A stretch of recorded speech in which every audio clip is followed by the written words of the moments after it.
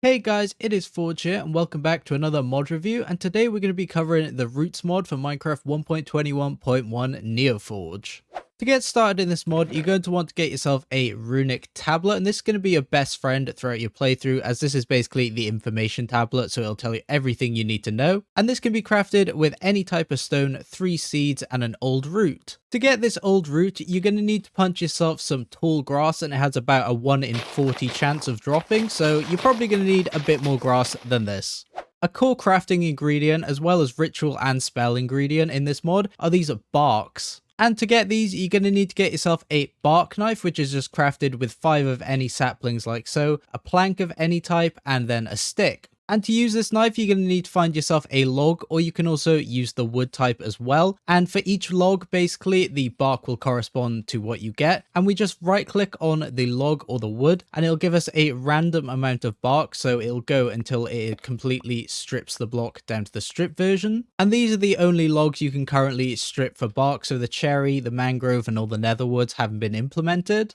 The next thing this mod adds are these 5 berries you can see here, and these all have different effects, and they're also used in crafting and rituals. But to get these berries, you need to actually break leaves, so you can manually break them, or you can take down trees, and then it has a chance of dropping the berry. And you can see we got some nightshade here, we got some of the elderberries as well, and the white currant. So you get a random assortment of these each time you break down a tree, and they can also be eaten for food. Some of them are better than others, so if we start with the nightshade, you'll see it'll poison you when you eat it, and it'll also give you the hunger effect, but it will restore 1 hunger bar. Then we have the red currant, which heals the player when eaten, and it also restores 2 hunger. We have the black currant and the white currant, which are just foods which restore 2 hunger. And then finally, we have the elderberry, which will clear all potions effects when eaten, and it restores 1 hunger. Roots also adds 2 pretty good food sources as well, and the first one is the Rooty Stew, and this can be made with a bowl, a piece of wheat, and an old root, and this only stacks up to 1 in your inventory, so kind of like a soup, and it restores 3.5 hunger bars. We also have the fruit salad, and this is made with the 3 types of berries, an elderberry, an apple, bowl, and then 3 full melon blocks, and this restores 4 hunger bars. The next thing we have is the growth powder, and this can be crafted with a short grass, a wheat, and a redstone dust, as well as a pestle from the Roots Classic mod, and this will be used more later on, but just to craft it for now, we can make it with 5 diorite like so, and this will give us 4 of this growth powder. And this is simply used to grow grass on dirt, so if we right click on a dirt block, it'll turn it instantly into grass.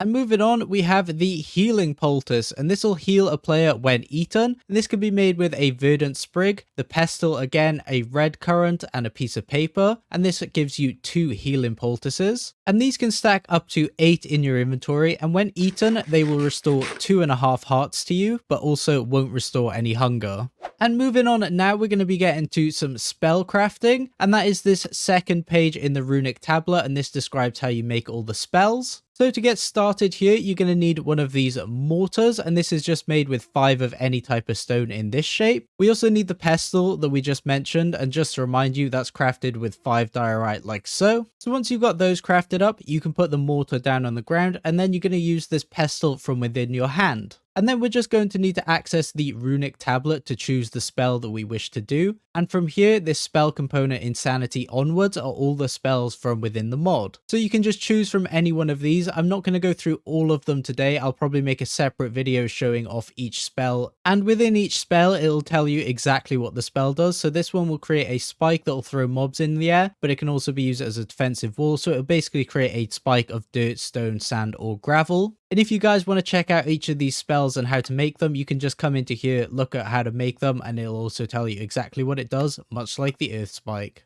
But before we can actually make a spell, we're going to need one of these items here, and these act as bases for the spell, and you need these in every single spell you craft. And there are 4 different tiers of these spell components, as you can see. So we have the old root that we covered how to get earlier just by punching out tall grass. And this has 0 modifier slots, and we'll get into what modifier slots are later, but this is basically the most basic one. You can't add any modifiers. Then we have the verdant sprig, which has a 1 in 30 chance of dropping when you harvest crops, and this has 1 modifier slot. Then we have the infernal bulb, which has a 1 in 20 chance of dropping when harvesting netherwort, and this has 2 2 modifier slots. And then finally, we have the Dragon's Eye, which has a 1 in 10 chance of dropping when you break Chorus Flowers, and this allows 3 modifier slots. So we'll start with the most basic old root for this first spell, and we can just put each thing into the mortar like so, and then take our pestle and right click, and you'll see we got a spell powder with type Earth Spike, and it has no modifiers on it. Now to actually make this spell powder usable, we need to turn it into a staff. And staffs are made on the imbuer, and this guy is made with 2 types of any log, a chiseled stone brick, and then 2 sticks. And to use this guy, we place him on the ground, and then to make the staff, we just put the spell powder in first, and then we take a stick and right click that in as well, and it'll do this little animation and turn itself over into a staff. And you'll see this staff has 15 uses remaining, so it only has 15 uses before it breaks, and you'll have to make another one. And once you hold this staff, you'll notice something above your hotbar here, and this is your Terra bar. This is basically your life force that will drain each time you use a spell, and each spell has a certain cost, but when you drain this, it will just regenerate fairly quickly. So if we just hold right click, point it at a block and let go, it'll summon an Earth Spike right in front of you, and if there was a mob right there, it would have flung it up in the air, and you'll notice my remaining uses has gone down now. Now that we know how to make a basic spell, let's get to the modifiers, and there are 3 different modifiers in this mod. There's Glowstone, which increases the strength or the potency of a spell, and that is this potency one down here. There's the Redstone Dust, which increases the efficiency of the spell, so it'll increase the amount of uses on a staff, as well as the amount of Terra it uses per spell. And then finally, we have the Gunpowder, which will increase the radius of the spell, so for the Earth Spike, it'll just make it a bit bigger, and you can put up to 3 of each modifier. So for the Dragon's Eye, we could put 3 glowstone dust and none of the others, or we could put 2 redstone and 1 glowstone, etc. So if I remake my Earth Spike spell now by putting all the ingredients in, but now use a Dragon's Eye instead, we have 3 modifiers. So I can put 1 of each of these modifiers in, and that'll be all the modifier slots filled. And now I just need to use the pestle, mash this up into some spell powder, and we get a +1 of potency, +1 efficiency, and +1 size Earth Spike spell. So I'm turning this back into a staff now so we can use it again, and we now see we have 30 uses remaining on this guy, and if we point it at the ground and summon an Earth Spike, it should be a little bit bigger, and it also used less mana as well, and it also would have done more knockback to a mob.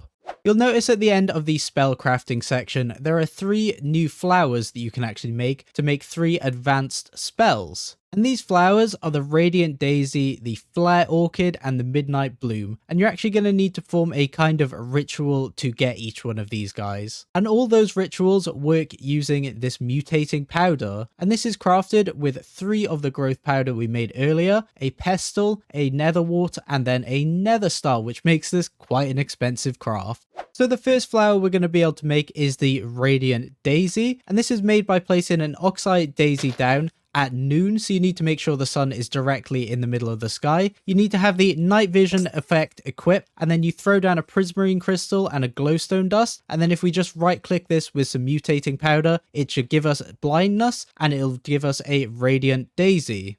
To make the second flower, the Flare Orchid, we put down a blue orchid, and we need to make sure we're in the nether, and then we surround it with a ring of netherrack like so. Make sure we're under the fire resistance potion effect, throw a blaze rod and a lava bucket down, and then hit it with the mutating powder, and we get ourselves a Flare Orchid.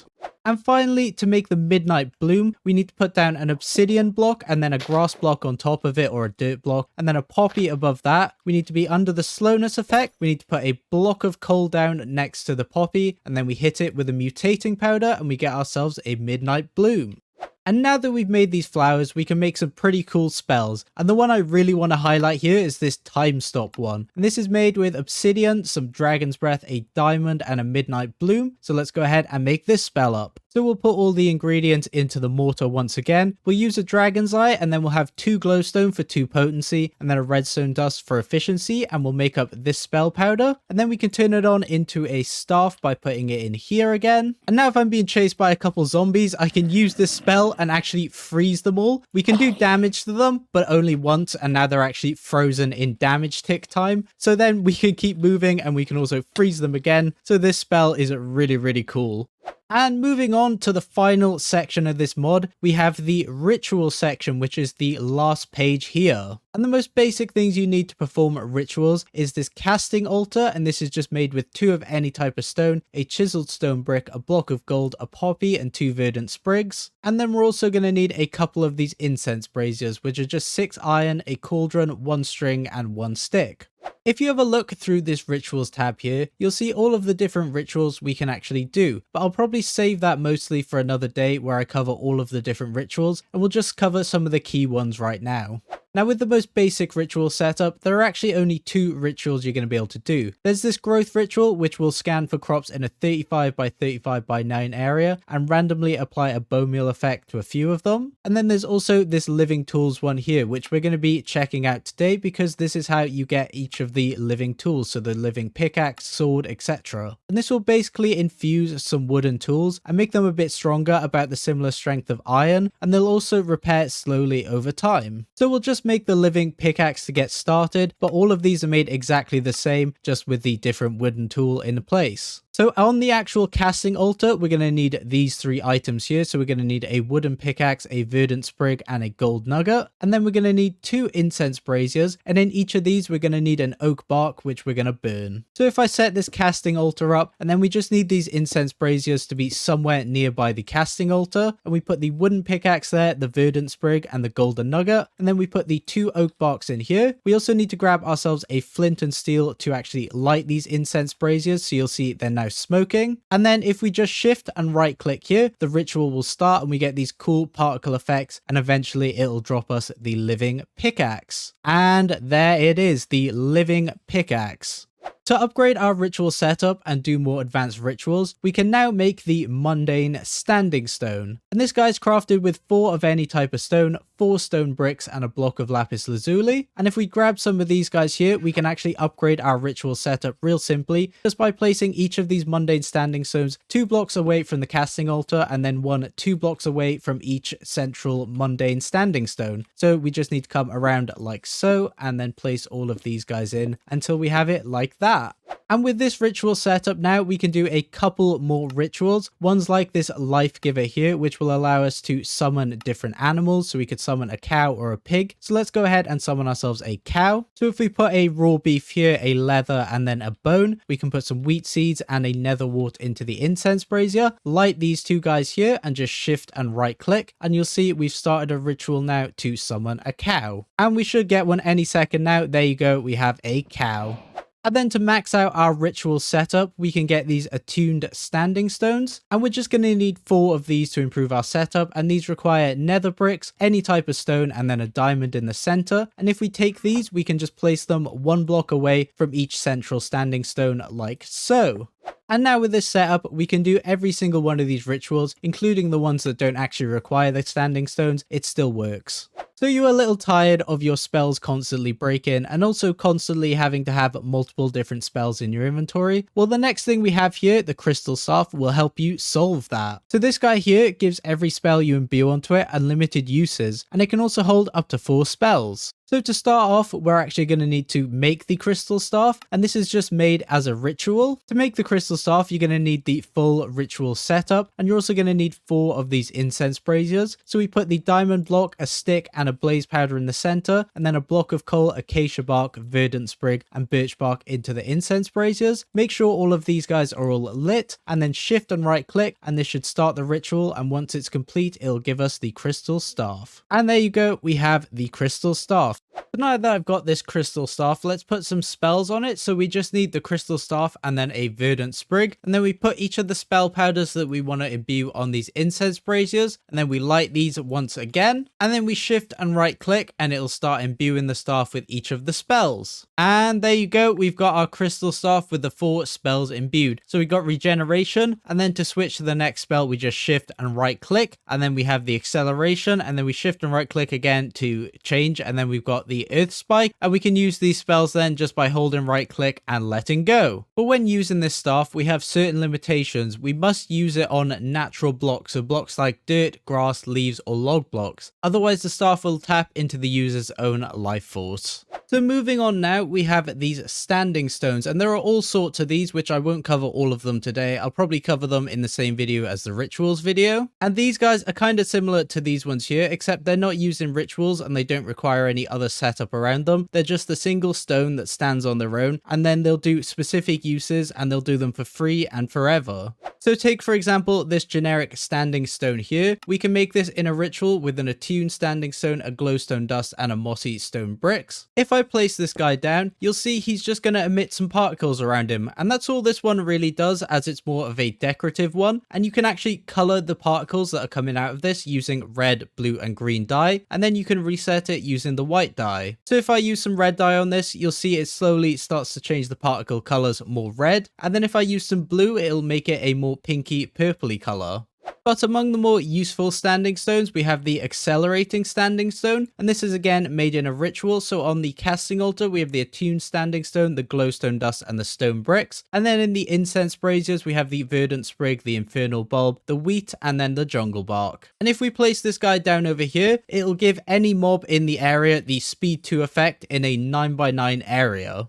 The next thing we have are the two different armors from the mod. And starting off, we have the Sylvan Armour. So we have the Sylvan Hood, the Sylvan Robe, the Sylvan Tunic, and the Sylvan Boots. And these are roughly somewhere in between chainmail and iron armor. And the big advantage of this is it increases your Terra regeneration. So the little kind of mana bar at the bottom, it'll regenerate quicker. And also, if you have the full set equipped, it'll give +1 potency to all of your spells. So to make this, we do it in a ritual, like pretty much everything in this mod, and this is exactly the same for each piece of armor, as you can see, other than the leather armor you use in the middle. So if we put a diamond, a leather cap, and a vine on the casting altar, and then 2 birch bark, a golden apple, and a poppy in the incense braziers, light all of these guys up, and then shift and right click, and there you go, we have ourselves the Sylvan Hood. And the second piece of armor we have is the Wildwood Armour. So we have the Wildwood Mask, the Wildwood Plate, the Wildwood Leggings, and the Wildwood Boots. And this also has increased Terra regeneration, and you'll see it's a lot better in terms of armor than the Sylvan Robes. It's somewhere in between iron and diamond. And once again, to get this, we need to perform a ritual, and this ritual is pretty much the same other than the armor that you put into it. So if we wanted to make the helmet, we'd put an iron helmet instead. So we'll put the diamond, the iron helmet, and the oak planks in the casting altar, 2 oak bark in these incense braziers, a wheat, and then an oak sapling. And these guys are still burning right now, so I can just go ahead and shift and right click and start this craft. And we've got ourselves the Wildwood Mask. And the final thing we're going to cover today is this Engraved Blade, and this is probably the best weapon you can get from this mod. So to get started crafting this, you're going to need to get yourself a Runic Focus, and this is made again as a ritual, and we need a verdant sprig, a diamond, and a piece of stone. And then in the incense braziers, we have oak bark, spruce bark, acacia bark, and jungle bark. And this feature doesn't seem to have been implemented yet, but you can charge the Runic Focus to get a charged Runic Focus, and this is done by putting a Runic Focus, a redstone dust, and a glowstone dust into the casting altar, and then an infernal bulb and wheat in the incense braziers. But as I said before, this doesn't really seem to have a use right now. And finally, we can make ourselves the Engraved Blade, and by default you just make this again as a ritual. So we put a stone sword, a Runic Focus, and a glowstone dust in the casting altar, and then burn a golden carrot and a golden apple in the incense braziers. But if we come into the Engraved Blade section in the book, it tells us here we can actually burn up to 4 different kinds of barks as additional incenses to add different buffs to the sword. And you can mix and match these buffs as you please, and they will stack on top of each other if you put more than one on at a time. And the buffs are as follows. So you get the spikes buff if you put an acacia bark, and this will just add some generic damage to the sword. You get the forceful buff if you put spruce bark on, and this will give you additional knockback. You get the holy buff if you put birch bark on, and this will add some bonus damage to undead creatures. You get the aquatic buff if you put some jungle bark on the sword, and this will increase the drowning damage the sword gives. And finally, if we quickly make a Runic Blade up with the dark oak bark, there's no actual way of telling from the book what this does, and I'm not 100% sure what it does myself, but it will give you a buff as well. And that buff is the Shadow Step buff, but it is actually cut off at the end of the book what this one does, as the book is slightly janky in this section. So if anyone knows what this Shadow Step buff does, please do let me know down in the comments so that everyone else can find out as well. But I think that about covers everything for the Roots Classic mod for today. I hope you guys did enjoy this video, and if you did, please be sure to leave a like and subscribe, and I will see you guys in the next one. Bye bye!